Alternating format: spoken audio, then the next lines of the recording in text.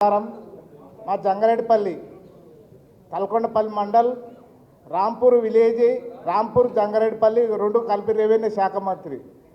revenue శాఖ అది కానపూర్ జంగారెడ్డిపల్లి పేరు ఎత్తలేరు ఇప్పుడే కానీ జయపాలన్న కూడా పేరు ఎత్తలే ఇప్పుడు నేను చెప్తున్నా జయపాలన్న కూడా రాంపూర్ అని అంటుండు కానీ జంగారెడ్డిపల్లి పేరు లేదు అది ఊరు అనేదే లేదు మేము రైతులము మేము పక్షపాతం లేదు రేవంత్ రెడ్డికి కూడా పక్షపాతం లేదు మేము ఆయనని కసిరెడ్డి నారాయణ రెడ్డికి మేము పిలిచి గెలిపించుకుంటే ఆయన ఇంటికి పోతే మమ్మల్ని నిలదీసిండు మీకు డబ్బులు ఇప్పిస్తా మీకు డబ్బులు ఎన్ని కానీ నేను ఇప్పిస్తా నేను పొలం గురించి నేను ఆవియను అలా వెంకరెడ్డి అన్న ఉండి మా అన్నయ్య వచ్చి ఇప్పుడు చెప్తున్నాడు మా అన్నయ్య వచ్చి మీకు డబ్బులు కావాలంటే మా అన్నయ్య వచ్చి 3 గంటల దాకా నేను అసెంబ్లీలో ఉన్నా అని అన్నాడు ఉంటే మేము 1 గంటకు మళ్ళీ ఆడికెళ్ళి వాడి మళ్ళీ అది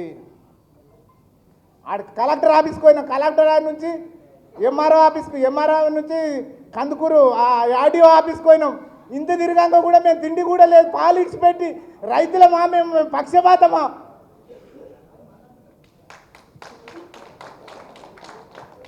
మేము ఉన్నది 3 ఎకరాలు మేము 3 ఎకరాల వ్యవసాయం చేసుకుంటున్నాం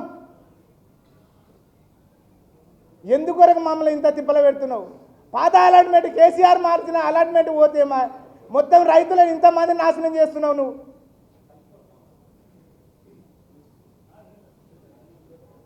నమస్కారం